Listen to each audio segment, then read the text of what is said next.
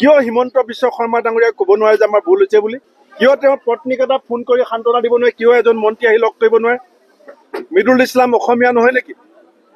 মিদুল ইছলাম অসম সন্তান নহয় নেকি? মিদুল ইছলামে গণতান্ত্ৰিকভাৱে প্ৰতিবাদ কৰিবলৈ যোৱাটো তেওঁৰ কি অপৰাধ আছিলে? আজি অমিত শ্বাহ ডাঙৰীয়াৰ যিটো ক্ষমতা, সেই ক্ষমতাত বিজেপি বলিয়ান হৈছে। আৰু আটাইতকৈ লজ্জাজনক কথা যে দেশৰ গৃহমন্ত্ৰীজনে সংবিধানখনক সদনৰ ভিতৰত মুকলিমূৰীয়াকৈ অপমান কৰিছে যে আম্বেদকাৰৰ নাম ইমান কিয় ল'ব লাগে? কিয় নল'ম আম্বেদকাৰৰ নাম? আজি দেশখনৰ যিটো শৃংখলা, আজি দেশ গোটেই বিশ্বৰ ভিতৰত গণতান্ত্ৰিক যিটো প্ৰমূল্য ৰক্ষা কৰি এখন সৰ্ববৃহৎ গণতন্ত্ৰ হিচাপে প্ৰতিষ্ঠা হোৱাত বাবা চাহেব আম্বেদকাৰৰ যিটো অৱদান, সেই কথাটো আমি কোৱাৰ কাৰণে আমাক বেয়া পায়।